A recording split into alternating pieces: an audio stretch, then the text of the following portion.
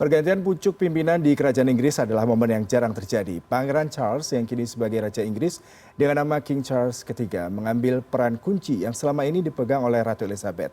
Bagaimana peran, pengaruh, dan tantangan King Charles III ke depannya sebagai Raja Inggris?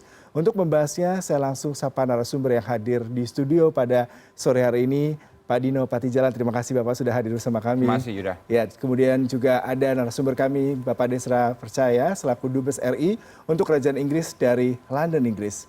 Selamat pagi Pak, waktu London. Terima kasih sudah bergabung dengan CNN Indonesia. Baik, saya ke Pak Dino. Pak Dino, kalau kita melihat ini adalah sebuah sejarah yang boleh dikatakan saya, Pak Dino juga baru kali ini melihat sebuah inaugurasi proklamasi Raja Baru. Tetapi tantangan ke depannya dari seorang Prince ataupun King Charles III ini adalah bagaimana monarki ini tetap berjalan, tetapi di sisi lain ada modernisasi yang juga pastinya akan menggerus daripada monarki Inggris sendiri. Ya, pertama saya mengucapkan salam kepada Pak Desra. Kita sama-sama jebolan London nih. Ya, saya dulu kuliah di London dan juga di KBRI London, dan Pak Desra juga dulu kuliahnya juga di London. Jadi senang sekali ada Pak Desra, dan Pak Desra semakin seger ya di London. But anyways, mengenai monarki ini, pertama tentu kita semua merasa berduka ya atas wafatnya Ratu Elizabeth II, dan saya merasa seumur hidup saya, walaupun saya umurnya 57 tahun, hidup selama itu ada Ratu Elizabeth. Jadi benar-benar merasa kehilangan something yang sudah ada seumur hidup saya. Dan saya juga paham bahwa bagi rakyat Inggris ini kehilangan yang luar biasa, serasa kehilangan ibunya gitu ya. Dan beliau memang bukan hanya Ratu Inggris, tapi beliau merupakan figur yang dicintai dan dihormati oleh rakyat Inggris dan juga oleh masyarakat dunia ya. Terlepas dari monarki itu banyak skandalnya gitu ya dan lain sebagainya, tapi beliau tetap merupakan sosok yang selama ini bebas skandal ya, dan juga sosok yang selalu memberikan kesejukan dan kenyamanan bagi publik Inggris. Kalau mengenai modernisasi, kalau kita lihat memang pertama kita harus tahu bahwa Pangeran Charles atau Raja Charles itu beda dari ibunya ya, dalam arti dia mempunyai kepedulian terhadap berbagai isu yang mungkin ibunya tidak terlalu mendalami isu-isu tersebut gitu. Salah satunya isu lingkungan hidup juga menjadi lingkungan, hubungan antar iman ya, beliau tertarik pada budaya Islam misalnya. Dan berbagai isu lain gitu ya. Dan bukan hanya itu aja, tapi beliau aktivis juga. Jadi beliau itu presiden atau penasihat di sekitar 400 organisasi misalnya ya. Saya di World Resource Institute ya, organisasi lingkungan internasional, dan beliau banyak sekali bekerja sama dengan kita di World Resource Institute. Jadi beliau akan menjadi raja yang agak beda dari segi intellectual attention-nya gitu ya. Dan saya kira akan memberikan warna yang tersendiri, walaupun tentu sebagai raja tidak boleh dia campur tangan untuk masalah masalah pemerintahan atau kebijakan. Saya ke Pak Desra. Pak Desra, kalau di London dan di Inggris sendiri pasca Ratu Elizabeth berpulang, lalu seperti apa di sana warga sendiri untuk menyambut seorang raja baru, Pangeran Charles yang sekarang menjadi Charles III? Apakah seantusias mungkin di Indonesia ataupun negara-negara lain, dan seperti apa ke depannya Pak? Terima kasih Mas Yoga. Pertama-tama senang sekali ketemu dengan guru saya ini Pak Dino Patijalal, sahabat lama saya juga, dan saya ini kayak omnya dari anak-anaknya Pak Dino nih. Terkait dengan pertanyaan ini, memang betul kalau dari segi kondisi umum ini kota-kota mulai agak sepi karena kembali lagi kondisinya adalah berkabung. Jadi kalaupun saat ini ada proklamasi ya, penobatan, tapi suasananya masih berkabung. Oleh karena itu, sebagai contoh, bendera hari ini diminta dinaikkan mulai pukul 11 sampai besok pukul 1 siang. Setelah itu diturunkan lagi menjadi setengah tiang. Jadi kondisi masih berkabung. Betul sekali Pak Dino, apa yang disampaikan Pak Dino, Ratu Elizabeth ini populernya luar biasa ya, tapi juga pengalaman hidupnya ini yang luar biasa. Dan yang contoh ya, yang banyak dilihat orang adalah pernikahannya 74 tahun langgeng sampai suaminya meninggal. Jadi betul Pak Dino, nggak ada itu skandal-skandal Ratu Elizabeth. Kemudian monarki yang paling panjang 70 tahun. Dan bayangkan loh, Pangeran Charles itu sebagai Crown Prince, putra mahkota 70 tahun menunggunya. Lama sekali ya. Kemudian juga membawa royal family dengan wajah yang lebih humanis dan dekat dengan rakyat. Ya. Kalau kita dulu melihat raja, ratu itu hanya dari jauh, kita nggak boleh mendekat. Dengan Ratu Elizabeth bisa salaman. Dan contoh juga adalah perubahan ya yang dilakukan oleh Ratu Elizabeth adalah mengizinkan dan juga memberikan gelar Queen Consort untuk Camilla. Ini luar biasa. Kemudian juga memberikan restu pernikahan Harry dengan Meghan Markle. Jadi banyak sekali dan kembali lagi betul Pak Dino, kecintaannya tidak hanya sebagai ratu tapi sebagai ibu. Jadi suasananya berduka. Kembali lagi ke pertanyaannya, memang ada ekspektasi dan orang juga memberikan perhatian terhadap proklamasi Raja Charles III, tapi tetap suasananya masih berkabut. Baik, saya kembali ke Pak Dino. Pak Dino, tadi ekspektasi pasti ada ya. Sosok Ratu Elizabeth yang begitu sangat ikonik, sangat legend, dan memberikan banyak perubahan di Inggris. Tidak hanya sekedar seorang ratu yang begitu royal, yang begitu sangat diplomatis, tapi di sisi lain juga keibuan. Kalau Anda melihat apakah sosok tadi Anda katakan Charles itu berbeda, karena mungkin dia lebih ke intelektual, lebih peduli terhadap beberapa hal yang dimana seorang mendiang Ratu Elizabeth tidak lakukan, itu bisa menjadi sebuah strengthness dia ke depannya, Pak. Kalau saya melihat kelebihan Raja Charles ya itu adalah sikap kerakyatannya. Ya. Jadi itu akan menjadi asetnya dia. Dia senang sekali dengan masyarakat. Ya, jadi saya ada pengalaman sendiri nih, Yuda. Saya lagi di museum di utara Jakarta gitu ya, lagi minum apa namanya di suatu resepsi. Ada orang nepok pundak saya, dia bilang, "Hey, did you see my speech today?" Saya nengok, tahu nggak siapa? Pangeran Charles. Wow. Dia siang itu sedang berikan pidato mengenai hutan di Indonesia. Saya kebetulan duduk paling depan waktu itu, dan dia mungkin lihat muka saya pas ngeliat di resepsi, dia langsung kayak udah teman lama, padahal saya juga hampir pingsan. Ini Pangeran Charles. But bagaimana tidak ada jarak sama sekali. Yang saya sangat impress tuh, dia bisa connect right away dengan saya dan dengan semua orang, dan tanpa ada kesan wah ini calon raja Inggris nih, right? Nah, itu dilakukan dengan semua orang. Itu saya kira itu bakat yang luar biasa dari beliau sebagai seorang monark gitu ya. Jadi saya kira itu akan menjadi apa namanya aset dia nanti selama bertahta di kerajaan Inggris dan juga selama memimpin Commonwealth, karena sekarang kan dia menjadi kepala dari sekitar kalau nggak salah 52 negara Commonwealth gitu ya. Jadi saya kira dia akan menjadi raja yang baik dan dihormati dan juga dicintai, karena dia yang kuat dari ibunya dan dari dia itu adalah sense of duty. Duty is everything. Lebih penting dari segalanya gitu ya. Jadi itu ada etos yang menurut saya bangsa Indonesia dan apa namanya orang yang berada di public service juga perlu meniru itu. Duty is everything gitu. Ya. Saya ke Pak Desra. Pak Desra, kalau tadi Pak Dino mengatakan sense of duty sendiri merupakan salah satu strength selain dia punya sosok yang tidak terlalu monarch, tidak terlalu arogan mungkin ya, tidak terlalu sebagai seorang putra mahkota. Lalu apa yang dilihat oleh warga di Inggris sendiri terkait sosok Pangeran Charles saat ini? Pertama mungkin kita lihat ya, pidato beliau tadi ada 3 hal. Yang pertama adalah dia tribute to his mom, kemudian juga meneruskan apa yang sudah dilakukan oleh ibunya. Jadi I shall strive to follow the expiring example dari ibunya. Ini yang pertama. Yang kedua, ditekankan juga I will be guided by the counsel of their elected parliament. Jadi sebagai monarki simbol tetap ya.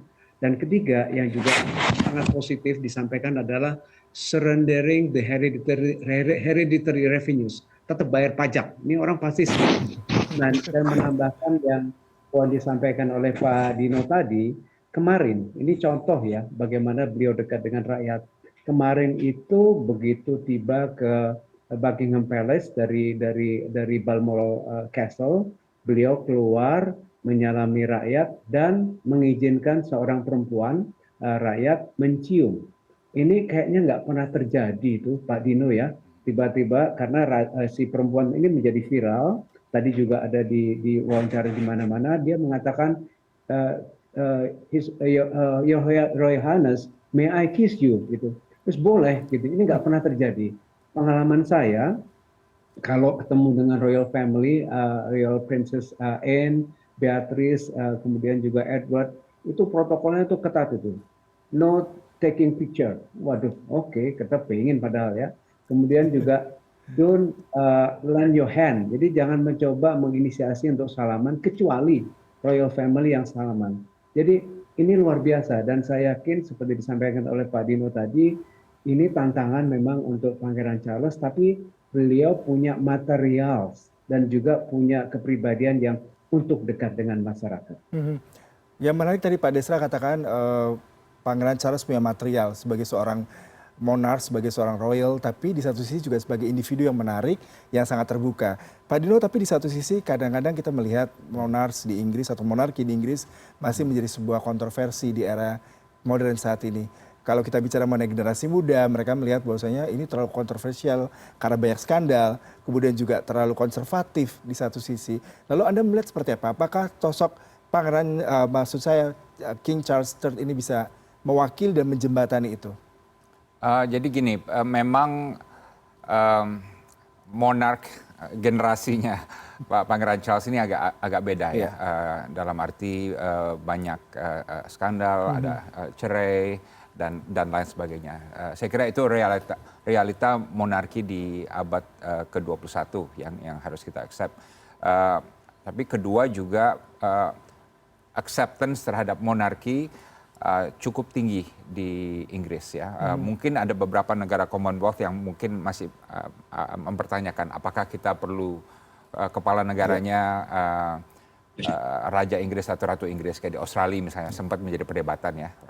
Nah, tapi terakhir mungkin Pak Desra nanti bisa mengkoreksi. Ada poll yang saya lihat terakhir itu 6 dari 10 warga Inggris itu mendukung monarki. Tapi yang menarik, Perdana Menteri Liz Truss yang sekarang itu dulu sempat kritis terhadap monarki gitu, right? Jadi ada agak kontradiktif ya gitu ya. Tapi intinya begini, ada ungkapan the British love the monarch, although not necessarily the monarchy. Jadi beliau rakyat Inggris mencintai Ratu Elizabeth, walaupun mereka kadang-kadang tidak nyaman dengan kerajaannya gitu, right? Membedakan antara orangnya sama kerajaannya. Nah, inilah tantangan dari Raja Charles. Apakah bisa seperti ibunya? Jadi walaupun orang kadang-kadang masih ada kritik terhadap kerajaan, ya, tapi orang mencintai rajanya gitu. Ada pembedaan terhadap dua itu. Saya kira beliau akan menjadi raja yang baik gitu ya. Baik, saya ke Pak Desra. Pak Desra, ini menarik kalau tadi Pak Dino mengatakan sebenarnya Inggris itu menjadi sebuah ikon dengan kerajaan Buckingham Palace dan juga Ratu Elizabethnya sendiri.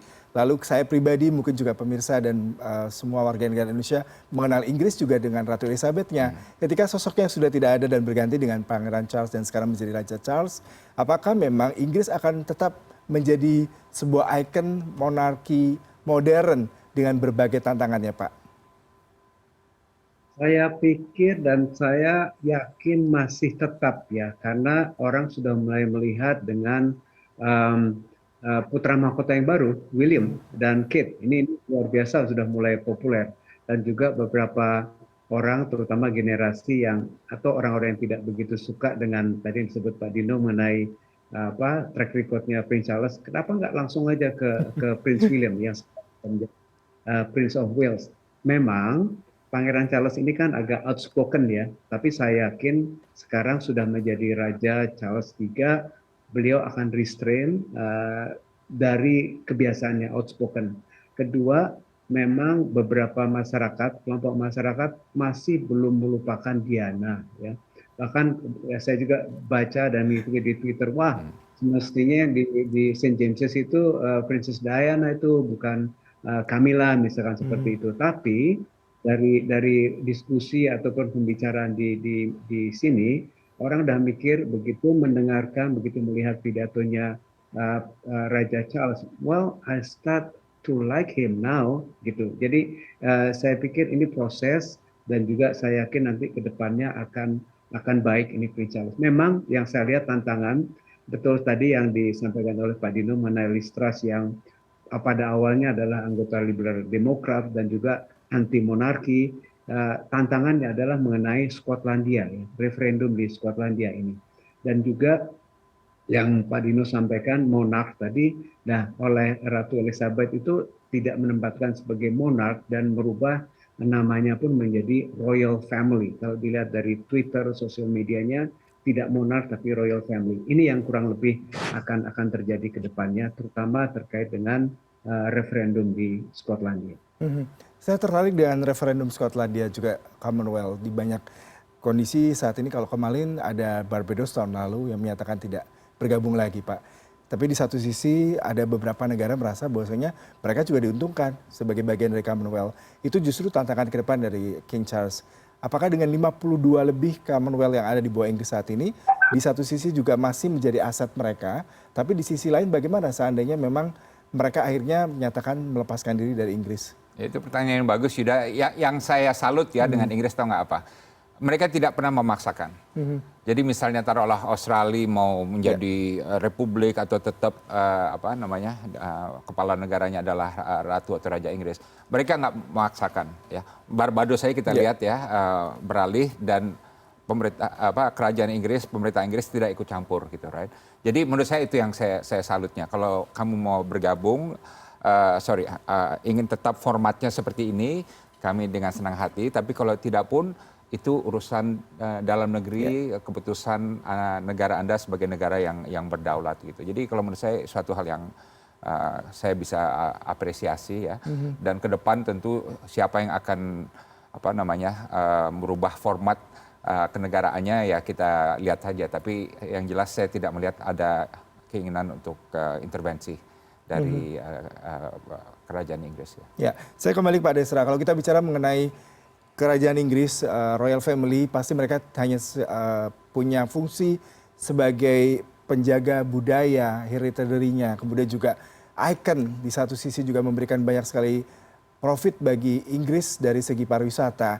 Tapi di sisi lain kalau kita bicara mengenai politik, pasti tidak bisa dilepaskan juga dengan keberadaan raja dan ratu meskipun secara fungsional mereka tidak punya hak di sana. Lalu bagaimana dengan pergantian Perdana Menteri sudah 15 kali di era Queen Elizabeth sebelumnya, kemudian saat ini juga Perdana Menteri baru, tantangan Brexit, kemudian juga masalah inflasi Inggris yang tinggi. Sejauh mana Raja Charles ini bisa berperan, Pak? Saya pikir tidak akan ada perubahan dari segi konstitusi ya, dan tadi juga Pak Dino sudah menegaskan bahwa otoritasnya nggak ada untuk masuk ke politik ataupun ke dalam ranah pemerintahan. Tetap simbolik. Jadi kemarin juga waktu Perdana Menteri Boris Johnson menyampaikan resignasinya, kemudian Ratu pun menerima Liz Truss. Jadi tetap. Kemudian juga mengenai budget segala macam masih tetap, dan saya tidak melihat akan ada perubahan dari segi otoritas untuk masuk ke pemerintahan. Dan ini juga tadi sudah disampaikan oleh Raja Charles III terkait dengan apa yang disebut bahwa affection, loyalty kepada people dan juga sebagai sovereign tetap akan melakukan tugasnya, ya, duty ya tadi sebut oleh Pak Dino, yang akan guided by the council of their elected parliament. Jadi tetap ada pembagian penugasan, pembagian otoritas tetap sebagai simbolik, dan saya tidak melihat akan masuk ke situ, tidak akan. Tadi yang menarik kalau Pak Desra mengatakan raja sendiri akan bersedia membayar pajak. Tapi kalau di satu sisi saya membaca riset pengeluaran pajak ataupun pengeluaran biaya untuk Inggris sendiri di tahun 2020 pada kerajaan Inggris atau Royal sendiri mencapai 1,4 triliun, Pak. Lalu Anda melihat seperti apa ini, Pak? Di satu sisi ada komitmen untuk membayar pajak, menunjukkan loyalitas kepada pemerintahan, tapi di sisi lain biaya sovereignty cukup besar ini untuk pemerintahan yang dibayarkan kepada Royal. Ya, kalau menurut saya sih itu suatu hal yang wajar ya, Pak. Pasti kalau kita lihat semua monark yang lain gitu ya, baik yang terutama yang constitutional monarch ya kan, kalau Inggris kan constitutional monarch ya. Dalam arti bukan kerajaan yang absolut rajanya itu punya kekuasaan absolut dan kalau itu biasanya raja yang punya hak mengendalikan keuangan negara dan sebagainya. Tapi kalau Inggris ini tentu ada biaya-biaya yang harus tanggung oleh pemerintah ya. Jadi misalnya nanti untuk mengenai coronation, coronation itu biaya pemerintah yang tanggung tuh, ya kan. Tapi kalau ada anaknya yang mau kawin ya atau segala macam itu urusan keluarga, bukan urusan pemerintah gitu. Tapi memang karena mereka kan simbol negara, ya kepala negara. Di kita pun kepala negara atau di negara lain pun kepala negara pasti ada ditanggung oleh pemerintah biaya-biaya formalnya gitu. Jadi saya kira itu hal yang normal gitu ya. Saya ke Pak Desra karena Pak Desra sepertinya waktunya sangat sibuk sekali Pak Dino.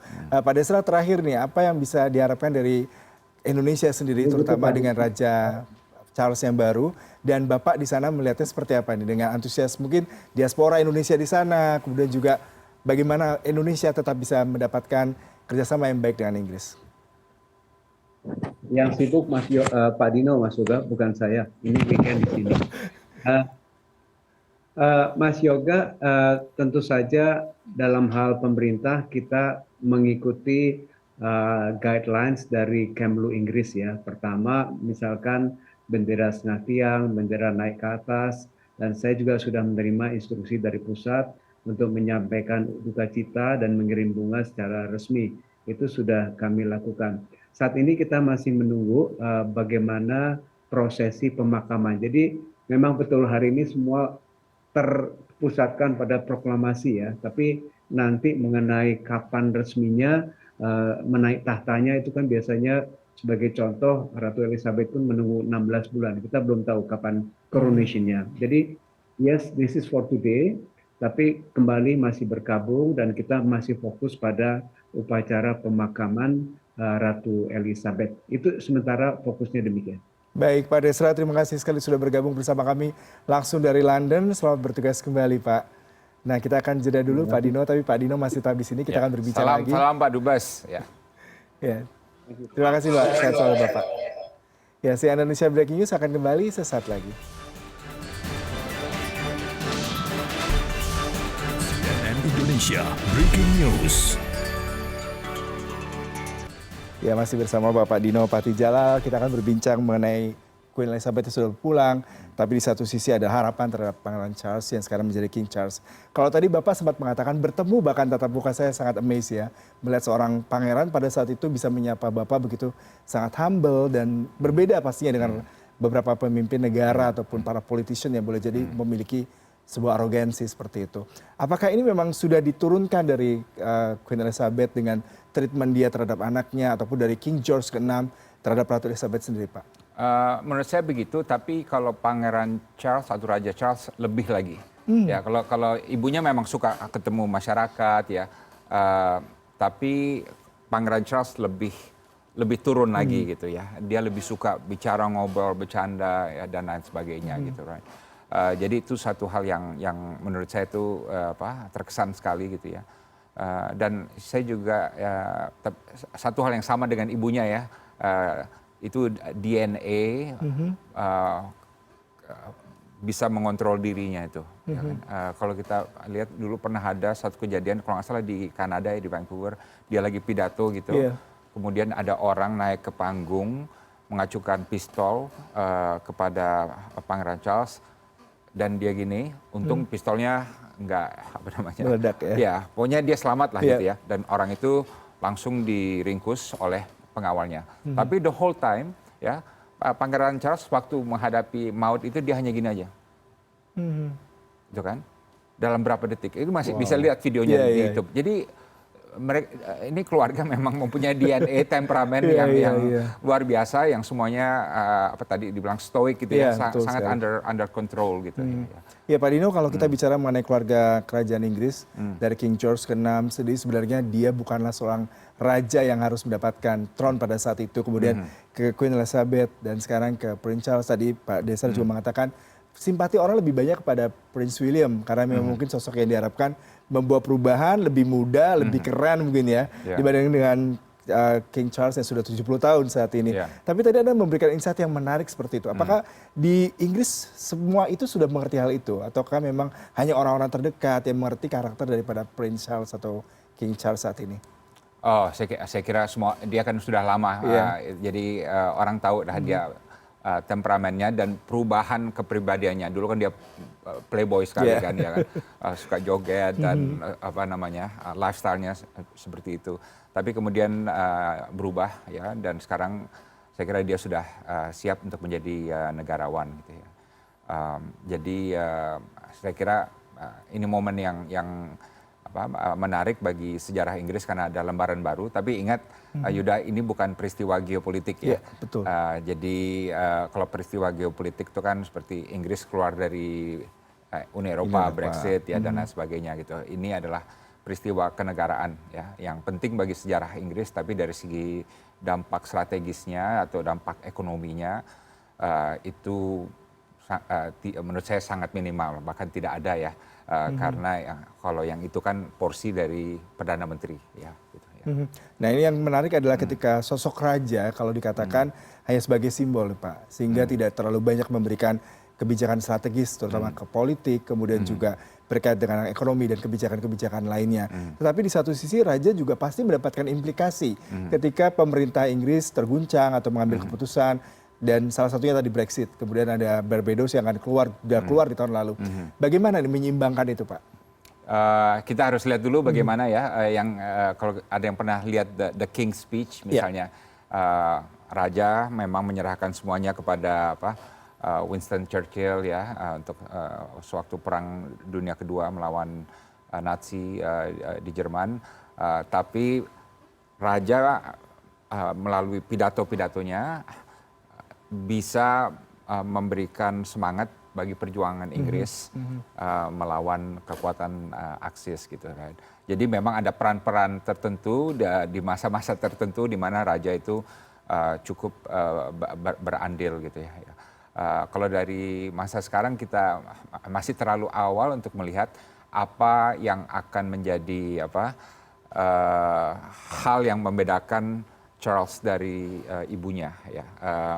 Charles sendiri pernah ditanyakan, dia ditanya, nanti kalau kamu jadi raja, semua isu-isu ini akan kamu bawa nggak menjadi isu raja Inggris gitu? Dia bilang tidak. Ya, dia bilang tidak. Saya tahu batas. Tapi para pengamat tetap berpandangan bahwa paling nggak kalau isu lingkungan dia akan berusaha.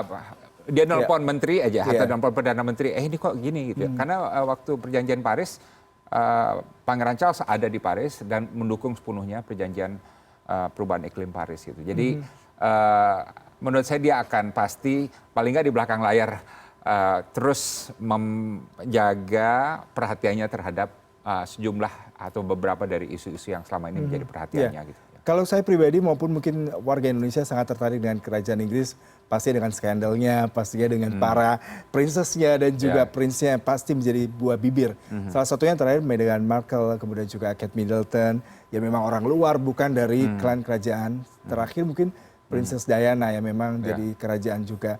Lalu Anda melihat apakah ke depannya kerajaan Inggris akan sedemikian semakin terbuka dan menanggalkan monarchnya seperti itu? Akan semakin terbuka, mungkin sedikit lebih liberal gitu ya, dalam arti seperti Mas Yuda bilang itu bahwa mereka bisa menerima Meghan Markle yang birasial kan, birasial setengah putih setengah kulit hitam gitu ya. Itu suatu hal yang banyak pihak tidak menduga dan apresiasi ya, bahwa mereka bisa menerima orang luar dan juga birasial gitu ya. Jadi memang ada perubahan sikap ya dari kerajaan Inggris dan tapi Prince William jangan terburu-buru tentu. Raja Charles masih sehat ya, 70-an, ibunya aja meninggal 97 ya. Dan suatu hari tentu Prince William akan menggantikan Raja Charles, tapi itu masih lama. Tapi sementara itu tentu akan menarik lihat modernisasi seperti apa yang akan dibawa. Raja Charles pernah mengatakan sebelum menjadi raja dia akan merampingkan kerajaan gitu ya. Sekarang dia kan kelihatannya banyak sekali bangsawan Inggris. Dia bilang kita perlu lebih ramping ya. Mungkin juga dari segi anggaran atau dan lain sebagainya kita lihat saja nanti. Sosok yang menarik dari Prince Charles saat ini adalah kalau dibilang dia peduli dengan lingkungan. Berbeda mungkin dengan saudara-saudaranya yang lebih peduli kepada dunia showbiz mungkin ataupun bisnis dan lainnya. Anda melihat apakah memang peran seorang raja yang peduli lingkungan ini merupakan salah satu isu yang seksi juga ke depannya. Mengingat saat ini kita sangat peduli terhadap kondisi lingkungan dan tadi Pak Dino katakan Prince Charles juga sangat berperan misalkan di komoditi-komoditi yang terkait dengan eksploitasi alam yang dikatakan bisa merugikan dunia. Menurut saya begitu. Jadi saya juga pernah ketemu Prince Andrew misalnya ya, adik dari Raja Charles. Dulu pernah datang ke Jakarta. Dulu perhatiannya lebih kepada bisnis, right? Dan dia ditunjuk sebagai duta besar atau special envoy Inggris untuk masalah perdagangan begitu ya. Jadi dia mungkin merasa agak terpaksa harus melakukan itu. Tapi waktu Pangeran Charles datang ke istana dan memberikan pidato mengenai hutan, dan saya ingat sekali apa yang disampaikan. Dia bilang kita harus mengupayakan situasi di mana hutan itu lebih berharga tetap berdiri daripada ditebang. Wow. Sampai sekarang saya masih ingat tuh ya. Dan dia kasih tahu argumentasinya dengan sangat berbelit-belit dan meyakinkan gitu, right? Itu berarti apa Yuda? Itu ada di hatinya dia tuh. Dia sangat passionate tentang itu. Ya kan? Berbeda dari Prince Andrew yang disuruh untuk promosi perdagangan dan investasi. Ini benar-benar di hatinya dia gitu. Jadi saya yakin sekarang kalau dia menjadi raja itu tetap akan menjaga perhatiannya karena udah ada di dalam hatinya gitu. Ya. Kita bicara mengenai Inggris. Dan mohon satu hal lagi, perhatian terhadap dunia Islam. Oke. Menurut saya itu menarik sekali ya. Dan ini juga mencerminkan perubahan di Inggris kemarin waktu ada kontes siapa yang akan menjadi perdana menteri. Liz Truss ya, wanita kulit putih, dan ada satu lagi kan yang jelas bukan kulit putih dan etnis gitu ya dari Asia Selatan gitu ya. Berarti ini sebuah angin segar ya Pak, ketika seorang sosok raja baru sangat memberikan peluang bagi banyak race, kemudian juga ideologi dan juga kepercayaan seperti itu untuk Inggris. Kita juga ingat wali kota London sendiri juga Muslim waktu itu, berarti menunjukkan bahwasanya kedepannya Inggris akan semakin terbuka diwakili oleh para royal family ini. Lalu yang menarik adalah ketika bicara Inggris adalah pariwisatanya pastinya. Orang datang ke Inggris berbondong-bondong pasti ingin foto di depan Buckingham Palace, kemudian juga ingin bertemu bahkan kalau bisa dengan royal family. Anda melihat ini masih menjadi sebuah magnet untuk Inggris sendiri? Iya, karena ini memang menjadi DNA kebangsaan Inggris sekarang. Jadi walaupun mereka monarki yang sudah ratusan tahun segala macam, tapi mereka beradaptasi. Pertama tentu dari segi demokrasi, sehingga sekarang raja tidak berkuasa lagi. Sekarang perdana menteri yang dipilih oleh rakyat gitu ya. Nah, tapi kemudian juga dari segi kebinekaan gitu. Jadi saya tinggal di London 5 tahun ya. Dan saya melihat sendiri gitu, dari segi kuliner, urbanisasi, agama dan lain sebagainya, mereka sangat diverse sekali gitu ya. Dan kita kan tahu di Eropa banyak Islamofobia, ya kan? Kalau di Inggris saya malah nggak pernah mengalami, ya mungkin ada ya, tapi nggak mengalami Islamofobia, dan bahkan seperti yang Anda bilang. Di Oxford, di Cambridge, di berbagai kampus di Inggris itu bukan hanya ada masjid dan lain sebagainya, tapi studi mengenai Islam itu sangat sangat kuat gitu. Jadi itu yang saya apresiasi mengenai Inggris gitu ya. Kalau Pak Dino sendiri tadi mengatakan 5 tahun di Inggris dan juga pasti mengalami banyak sekali hal yang tidak hanya sekedar seremonial, pemerintahan, tapi juga personal life dengan orang-orang di sana. Kemudian sosok ratu yang sangat dicintai, kemudian juga bagian dari royal family yang seperti sejarah yang tumbuh kembang bersama mereka. Ketika misalkan kita bicara mengenai skandal, kemudian kita perubahan kepemimpinan saat ini, apakah rakyat Inggris sudah sedemikian sangat terbukanya, ataukah tadi yang kontroversial itu masih menjadi sebuah hal yang substansial juga untuk mereka pertimbangan dalam memberikan loyalitas seperti itu Pak? Iya, mungkin yang saya bisa jawab itu, sekarang rakyat Inggris masih sedang bingung nih, ya, Yuda ya. Oke, pergantian ratu sekarang ke Raja Inggris ya. Itu suatu hal yang memberikan juga mereka excitement gitu ya. tapi mereka juga bingung mengenai peran Inggris di dunia. Karena kan Inggris keluar dari Uni Eropa, Brexit. Itu terpecah loh Inggris ya. Bukan berarti 100% rakyat Inggris mau keluar dari Eropa. Jadi masih ada lukanya itu masih ada. Terutama di kalangan rakyat dan politisi Inggris yang masih senang dengan menjadi bagian dari Uni Eropa itu. Nah, tapi kedua juga tantangan besarnya sekarang kalau udah keluar dari Uni Eropa, Inggris harus global. Makanya sekarang kan banyak Global Britain gitu ya. Nah, itu juga masih in the works gitu. Masih kebijakannya juga masih belum solid menurut saya. Karena ide Inggris sebagai suatu kekuatan global itu kan baru bagi Inggris tapi juga baru bagi orang-orang di Asia gitu, right? Jadi sekarang Inggris masih, kalau menurut saya ya, masih dalam proses suatu evolusi dan mencari format yang tepat bagi peran Inggris di dunia internasional gitu ya. Terlepas dari kerajaan Inggris sendiri yang menjadi sebuah ikon ya.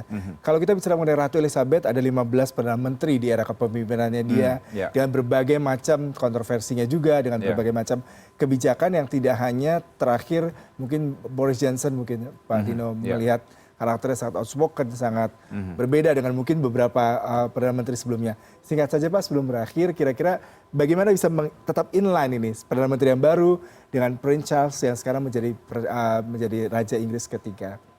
Yang jelas King Charles pertama tidak boleh berpolitik ya. Satu, dia harus menjaga konstitusi dan batas-batas konstitusinya, dan dia harus menjadi jangkar. Karena seringkali Perdana Menteri tidak menjadi jangkar. Ya kan, dia terpilih atau kemudian dia di voted out dan lain sebagainya. Tapi yang tetap ada, pemerintah keluar masuk adalah raja. Dan dia harus menjaga wibawa kerajaan, dia harus menjaga kredibilitas dirinya ya dan kerajaan. Dan saya kira kalau dia bisa melakukan itu, dia akan dicatat sebagai monark yang sukses dalam sejarah Inggris. Terima kasih sekali Pak Dino Patijalal, mantan Wamenlu dan juga seorang diplomat, untuk perbincangannya malam hari ini. Selamat malam Pak. Terima kasih. Selalu Pak. Terima kasih. Ya, CNN Indonesia Breaking News akan segera kembali, tetaplah bersama kami.